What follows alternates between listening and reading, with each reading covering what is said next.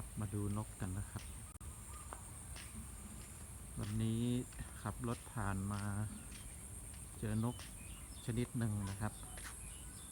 ใครทราบว่าเป็นนกอะไรนะครับช่วยคอมเมนต์ด้วยครับจะหากินอยู่ทุ่งนาท้ายหมู่บ้านนะครับนกชนิดนี้ก็จะกินพวกปูพวกหอยนะครับตามทุ่งนาครับมีอยู่กลุ่มหนึ่งประมาณ10 ตัวคิดว่าน่าจะเป็นนกที่